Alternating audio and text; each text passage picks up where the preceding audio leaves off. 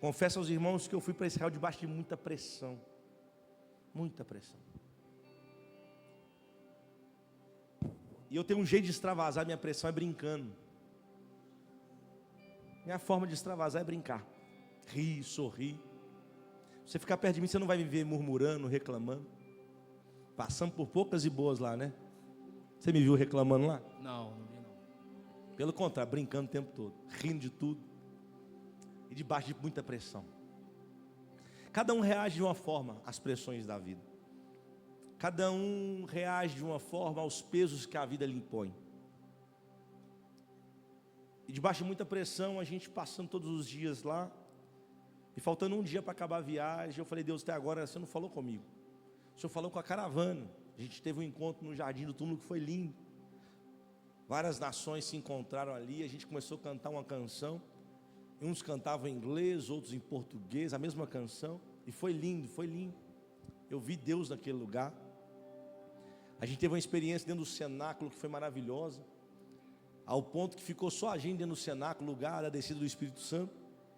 Ninguém mais entrou, as portas se fecharam, ficamos lá clamando, cantando. Fomos visitados por Deus naquele lugar. Só que todas as vezes que eu vou, eu peço a Deus uma experiência só comigo.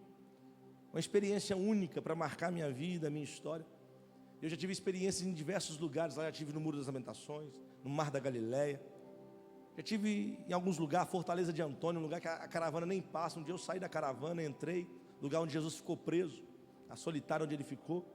E ali Deus falou comigo de uma forma absurda, extraordinária. E essa me marcou muito porque o lugar, o ambiente onde ele falou comigo, não era um ambiente propício para isso acontecer. E eu vou explicar o porquê. Abra sua Bíblia, Marcos 15. Marcos 15.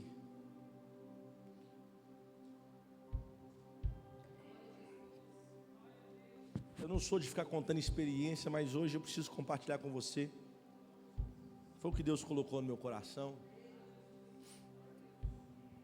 Marcos 15. Vai encontrando, vai dando um sinal. Eu prego em 20 minutos e a gente vai embora. Diz assim, Marcos 15, versículo de número 21. Marcos 15, 21 diz assim: E constrangeram um certo Simão Cirineu, pai de Alexandre de Rufo, que por ali passava, vindo do campo, que levasse a sua cruz. Repetindo, e constrangeram um certo Simão Cirineu, pai de Alexandre de Rufo, que por ali passava, vindo do campo, que levasse a sua cruz. Senhor, fala conosco nessa manhã.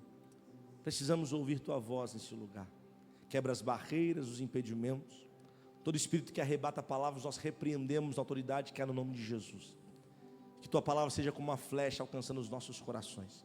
Ser conosco neste lugar, em nome do teu Filho amado. Jesus, ele vai iniciar os seus milagres, os seus sinais em Caná da Galileia. Só que a Bíblia vai dizer que quando ele vai para Caná da Galileia, ele é convidado para um casamento. Antes dele fazer qualquer tipo de sinal, de maravilha, já havia discípulos com ele.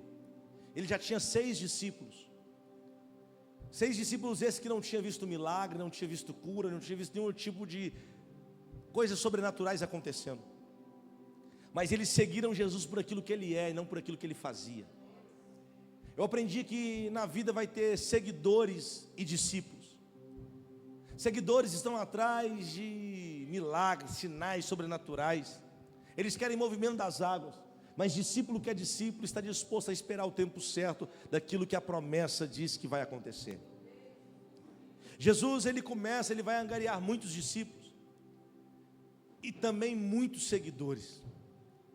É tanto seguidor que quando ele ressuscita, em 1 Coríntios capítulo 15, verso 6, vai dizer que ele encontrou com mais de 500 seguidores, 500 irmãos, pessoas que seguiam a ele, que andavam com ele, que estavam com ele. Só que desses 500, somente 12 eram verdadeiramente discípulos de Cristo. E desses 12 nós temos que tomar muito cuidado, porque eu vou destacar 2. Dentro desses discípulos tinha um chamado Judas, conhecido como traidor, conhecido como aquele que abandona na hora da dificuldade. E eu não preciso me preocupar com o Judas, porque o Judas sempre pede para sair. Você não precisa mandar Judas embora, ele sempre sai. Minha preocupação é com os Pedros, porque o Pedro é aquele que te beija, Pedro é aquele que te abraça e fala, estamos juntos até o fim. Só que na primeira pressão que vem da vida, o Pedro vai embora, nega 3 vezes e some, desaparece. Mas eu aprendo que quando um Simão Pedro some, Deus tem outro Simão que vai levantar, que vai te ajudar. Você está aqui? Dentre essa história que eu estou te contando, eu quero falar um pouquinho sobre a Jerusalém Velha. Quando você for lá em Israel comigo, nós vamos entrar na Jerusalém Velha. O que é Jerusalém Velha? Ela é cercada por muralhas. Dentro da Jerusalém Velha, as ruas são estreitas, as ruas são de pedras, é difícil de andar, é difícil de caminhar, é tudo muito aglomerado. Dentro da cidade velha, existem 4 povos lá que não saíram de lá, desde que eles tomaram conta. Primeiro os árabes, depois os judeus, terceiro os cristãos e quarto os armênios. Esses 4 se instalaram lá, eles não saem de lá. A via que Jesus vai passar se chama Via Dolorosa. Fala comigo, Via Dolorosa. Essa via, ela é estreita, cheia de pedras, é ruim de andar, é ruim de passar. Só que quando Jesus vai passar por esse lugar, ele não passa cheio de vigor, cheio de vida, ele passa nesse ambiente cheio de cansaço. Inclusive, a viagem, sempre você vai passar nesse lugar, no final da viagem, para você sentir um pouquinho do cansaço, só um pouquinho, nem é muito. E você vai começar a andar, depois de 7 dias está andando muito, porque lá a gente anda muito. Você vai estar cansado, fadigado, e você vai descobrir que Jesus na mesma condição, só que além, porque ele está ferido, ele foi chicoteado, ele foi abandonado, coroa de espinhos, e agora eles vão colocar uma cruz sobre o seu corpo. Jesus caminhando com aquela cruz, vai chegar um determinado momento que ele não vai suportar o peso da cruz, e a Bíblia diz que ele vai cair ao chão. Eu disse que ele vai cair por causa do peso. Ali fala da humanidade dele, ali não está falando de um Deus, está falando da humanidade dele. Ele como homem, ele estava sentindo um peso. Em contrapartida dessa história, vai surgir um homem chamado Simão. Cirineu é que ele é de Cirene, um lugar do norte da África, 1.600 quilômetros de Israel, atual Líbia. Ele decide ir participar de uma cerimônia, a Páscoa. Cerimônia essa que eles celebram a passagem de um estado para o outro. Eles saem da escravidão e vai atingir a liberdade. Esse homem vai ir para Jerusalém caminhando 1.600 quilômetros. Naquela época era comum 3 dias, 4 dias de viagem consecutivo. E quando chegava em Jerusalém, ao mesmo tempo da festa existia um ritual, redobre a atenção. Existia um ritual que era um ritual de purificação, de perdão de pecados, aonde a pessoa que quando chegava em Israel, ela tinha que passar pela porta do campo. Essa porta do campo era a porta dos estrangeiros.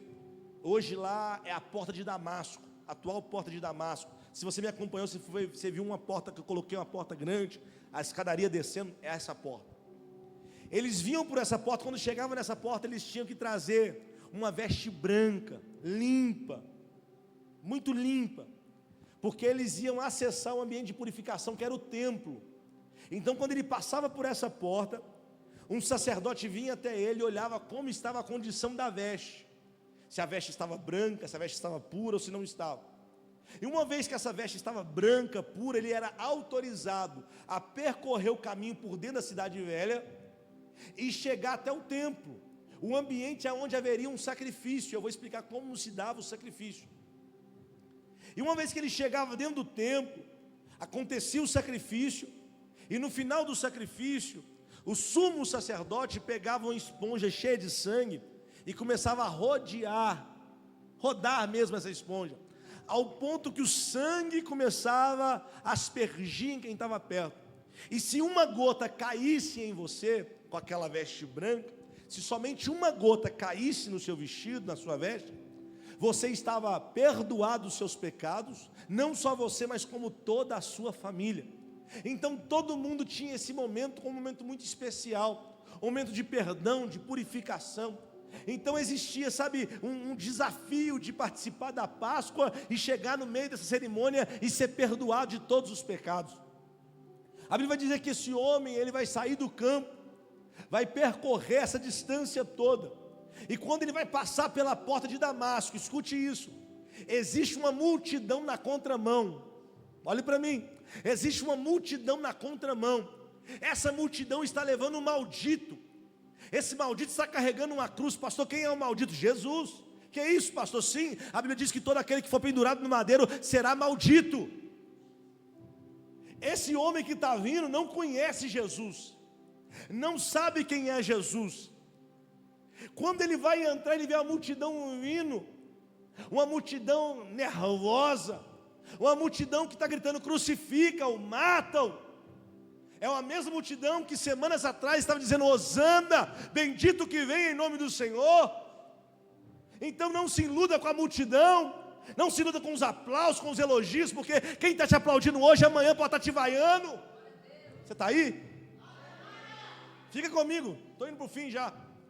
Quando ele chega nessa porta, ele tem que tomar uma decisão. Qual é? Ele acabou de colocar uma veste branca, ele não quer se sujar, porque se ela sujasse, ele não podia acessar o templo, e logo não teria uma gota do sangue pingar da sua veste, e logo o perdão não aconteceria.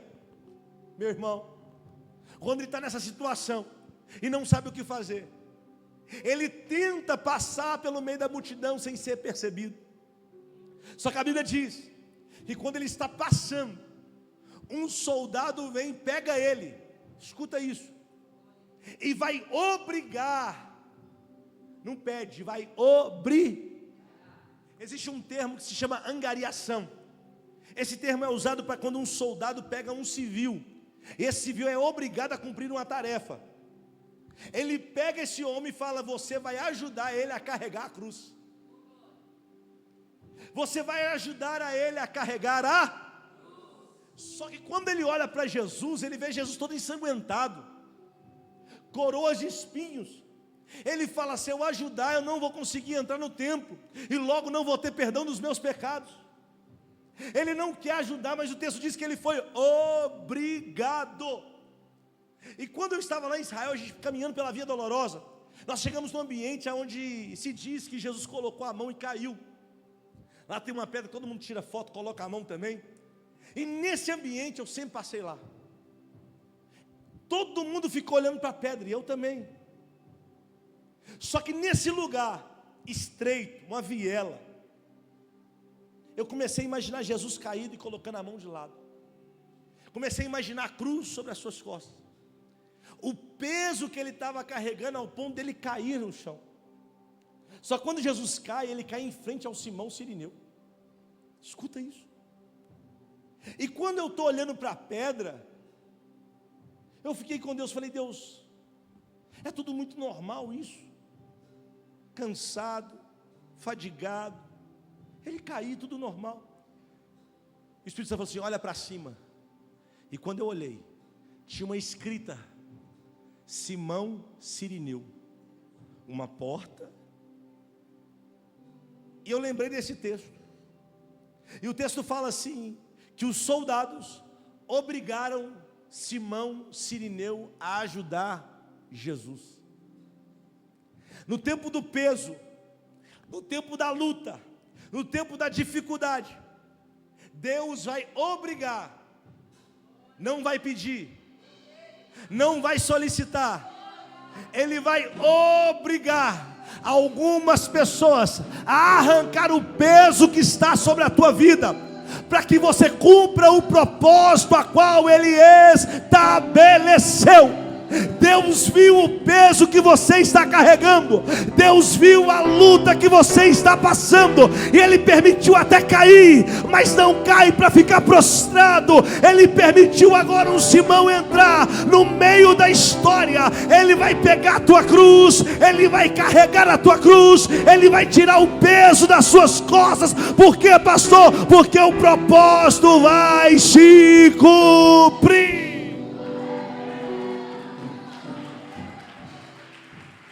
Pega na mão desse santo do seu lado assim: tem um Simão Sirineu vindo aí para te ajudar. Não, me ajuda a pregar, fala: tem um Simão Sirineu vindo aí para te ajudar. Ele nunca te viu, ele não conhece a sua história, ele não sabe o que você passou, mas ele vai ser obrigado a te ajudar. Ele vai ser obrigado a arrancar o peso da tua vida. Quem concorda comigo, pelo amor de Deus, reage nessa manhã. E naquele momento eu falei: Deus, está tão pesado. Ele falou: calma, eu já estou dando ordem. Eu já estou dando, não é pedido. E Deus falou comigo: sabe o Simão Pedro que prometeu ficar e foi embora? Sabe o Simão Pedro que prometeu ajudar e... Fica tranquilo, eu estou colocando outro Simão no lugar. E o outro Simão não vai ter como reclamar, não vai ter como falar: eu não faço, eu não vou, porque ele vai ser obrigado. Essa palavra desceu no meu coração. As pessoas andando, passando, eu comecei a chorar. E Deus falou: calma, eu já preparei alguém que vai arrancar o peso, vai extrair o peso. Se prepare, porque esses dias um peso vai sair das suas costas e o propósito será estabelecido. Quem concorda com isso aí, faz barulho em nome de Jesus.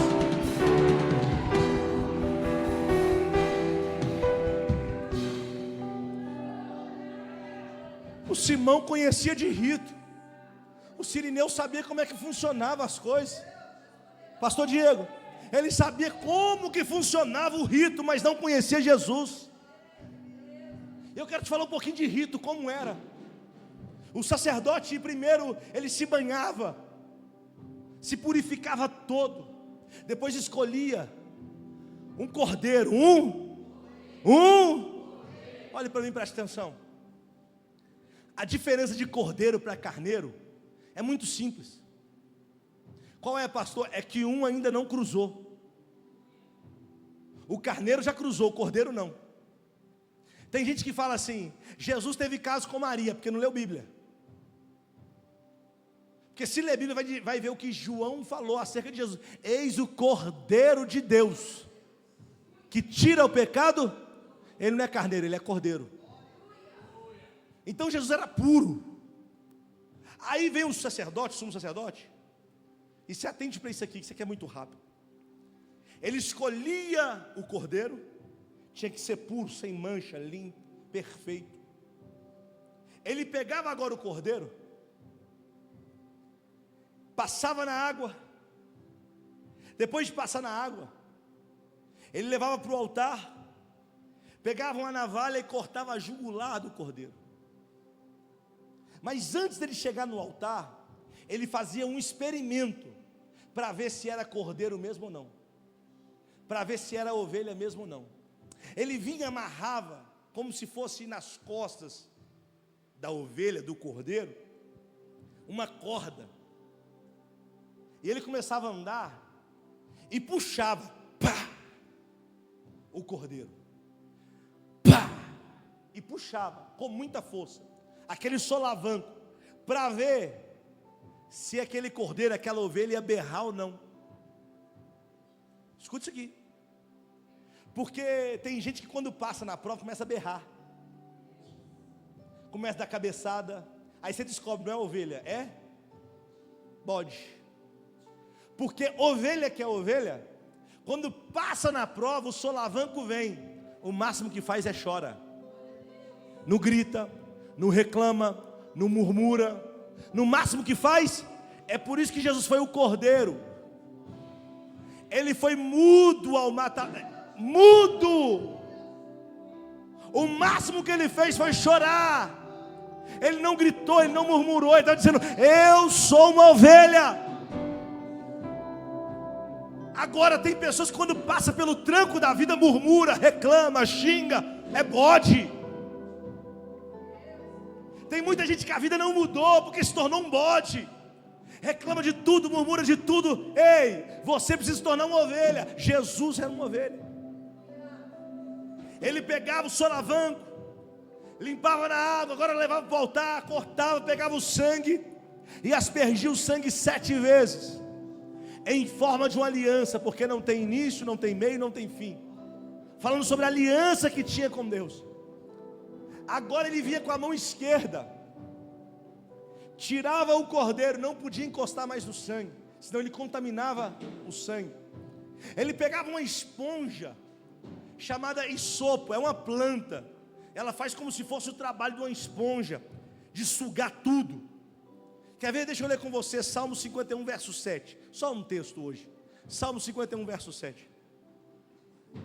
Purifica-me com hisopo e ficarei puro. Lava-me e ficarei mais branco do que... Era uma planta que tinha nessa planta como se fosse absorver, como se fosse uma bucha, uma esponja.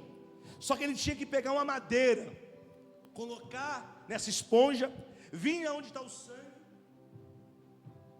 recolher o sangue, levantar para o alto com a outra mão, ao ponto que o sangue ia escorrendo pelo madeiro. E ele começava agora a girar. E quem teve o acesso àquele ambiente com a roupa limpa, se uma gota desse sangue pingasse na blusa, na veste, ele estava perdoado do seu pecado e toda a sua família. Então as pessoas ficavam doidas para receber nem que seja uma gota do sangue do cordeiro. Aí vem Simão Cirineu. Enquanto ele é obrigado a ajudar, ele pensa, eu não vou ser perdoado. Enquanto ele é obrigado a ajudar, ele fala, eu não vou conquistar aquilo que eu queria tanto. Enquanto ele é obrigado a ajudar, ele está pensando, os meus planos se frustraram. Mas Deus está olhando do céu e dizendo, você não entendeu, Simão. Enquanto você está ajudando, não vai ser só uma gota que vai manchar o teu vestido, não vai ser só uma gota que vai manchar as suas vestes. Eu preparei, Simão, eu preparei, Simão, muito mais do que só uma gota. Deus trouxe alguém nessa manhã para dizer, o que eu tenho para você não vai ser de gota, não vai ser de gota em gota. Se prepare, o sangue foi vertido, o sangue foi liberado. Existe perdão, existe restauração, existe milagre, existe recompensa.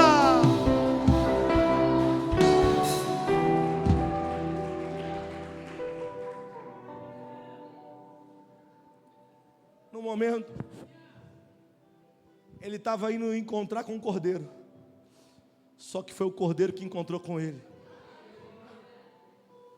Ele está vindo em direção a um cordeiro, mas o cordeiro, aí agora ele vai abaixar para ajudar Jesus.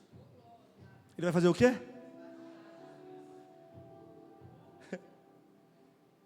E quando ele abaixa, pega a cruz e vai levantar Jesus, Jesus coloca a mão no ombro dele. Não, você não entendeu. Jesus coloca a mão no ombro dele. Jesus está ensanguentado. Jesus está todo sujo de sangue. O Cirineu não está entendendo porque a veste dele já não vale mais para ele entrar no templo. Com aquela veste ele não pode mais acessar o cordeiro que o sumo sacerdote está oferecendo. Mas ele não sabia que o melhor sacrifício estava do lado dele. E quando coloca a mão sobre o ombro dele, escuta isso aqui. Escuta isso aqui. Era Jesus dizendo, não foi você que me escolheu, foi eu que te escolhi. Naquela época medieval, quando um rei ia chancelar alguém, pegava a espada, ele colocava a espada onde? Nos ombros. Autorizando alguém para um serviço, chancelando alguém para um serviço. Enquanto Jesus colocou a mão sobre o ombro de Cirineu, estava falando assim, foi eu que te escolhi, foi eu que te chamei, foi eu que te perdoei, é eu que estou te levantando, e a sua história nunca mais vai ser a mesma. A sua história nunca mais vai ser a mesma.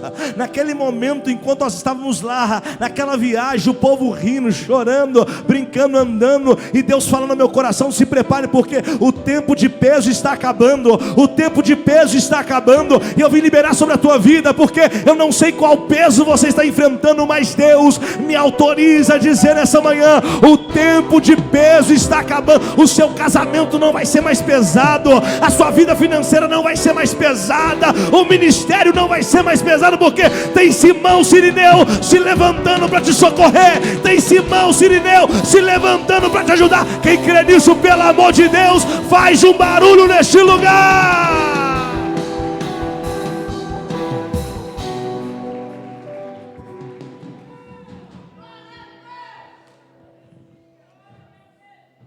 Simão se suja todo. Jesus vai para a cruz, cumpre o propósito, termina agora. Ele vai para casa, porque ele não pode ir para o templo, ele está sujo. Quando ele vai chegando em casa, os meninos dele pequenininhos, Alexandre e Rufo: e aí, papai, conseguiu perdão para nossa casa? E ele começa a chorar: não, eu não consegui, porque no meio do caminho eu tive que ajudar alguém. Sabe aquele texto de Isaías que fala que sobre as suas pisaduras seremos? Você sabia que quando um povo tirava sangue de Jesus, chicoteava, aonde ele passava na via dolorosa, o sangue dele escorria. Aí tinha gente no meio que estava doente, canceroso, xingando: crucifica, mas quando pisava, o câncer sumia. Tinha alguém enfermo falando: crucifica, mata-o, mas quando pisava no sangue dele, a cura se manifestava. Aí o Simão, voltando para casa, fala: nunca vi isso acontecer, porque eu via pessoas com manchas, mas quando pisava no sangue a mancha sumia. Eu via pessoas doentes, mas quando pisava no sangue desaparecia. Eu não consegui ir no templo, mas eu sinto que esse sangue dele é diferente. Eu sinto que esse sangue dele vai mudar a nossa história. Parece que eu vejo, a Bíblia não diz, é uma história. Imagina os meninos falando assim: pai, fala de novo, conta de novo sobre as suas pisaduras seremos. Isaías falou isso, papai. Isaías falou isso. O que mais que fizeram com ele? Penduraram ele no madeiro. Não, papai. Malaquias, Zacarias também falaram isso, que eles falaram isso. Papai, você não entendeu. Não era o cordeiro do templo, era o cordeiro que estava fora do templo, porque ele não veio só para os judeus, ele veio para todos aqueles que o receberam. Ah, meu irmão, levante as mãos, porque o sangue de Jesus está sobre a nossa vida.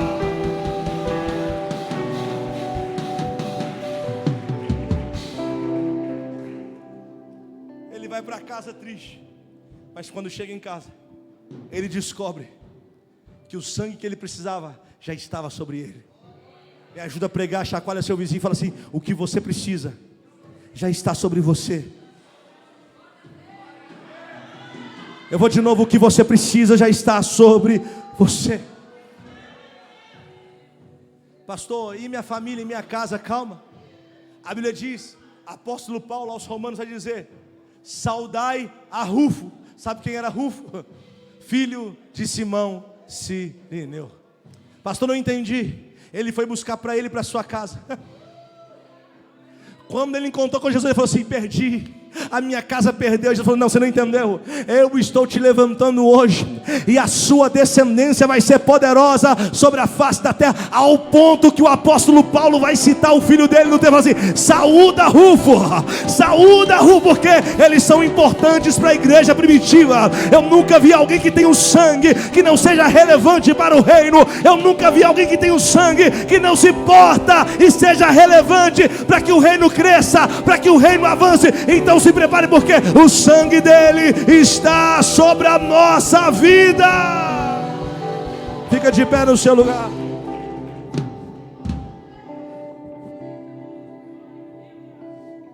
O Simão foi atrás do cordeiro, mas o cordeiro encontrou Simão. O Simão queria uma gota, mas o cordeiro encharcou.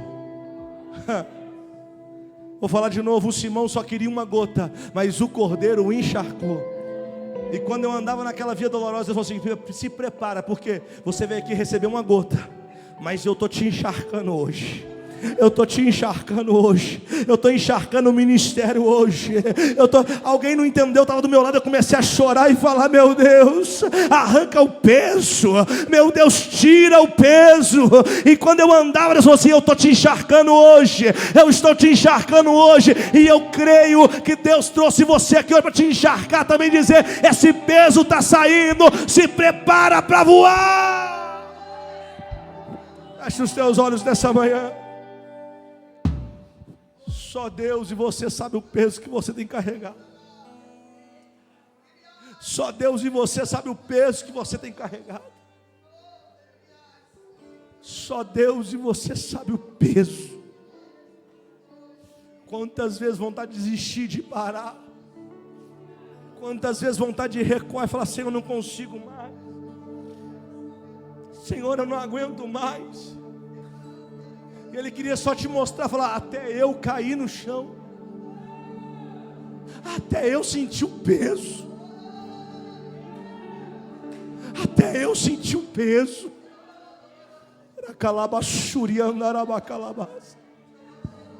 Fecha os olhos nessa manhã, porque eu sinto a unção neste lugar. Ele está arrancando o peso de vidas aqui hoje. Ele está tirando um peso. Isso que tem impedido você de cumprir o propósito, Ele está arrancando hoje. E algumas pessoas vão ser obrigadas a te ajudar. Jesus caminhou sozinho, e de repente o ímpio obrigou um Simão Cirineu a ajudar Jesus. E tem hora que eu falei: Jesus, eu estou carregando uma cruz sozinho. Ele falou: fica tranquilo, quando eu quero eu uso até o ímpio para abençoar o justo. Quando eu quero eu uso até o ímpio para abençoar o justo. Se prepare, porque Deus vai levantar pessoas improváveis para nos socorrer. Deus vai levantar pessoas improváveis para que o propósito se cumpra. Deus vai levantar pessoas improváveis que vai arrancar o peso da tua vida, o peso da tua caminhada, e você vai ver a mão de Deus sobre a tua história, e você vai cumprir o propósito, dizer: está consumado.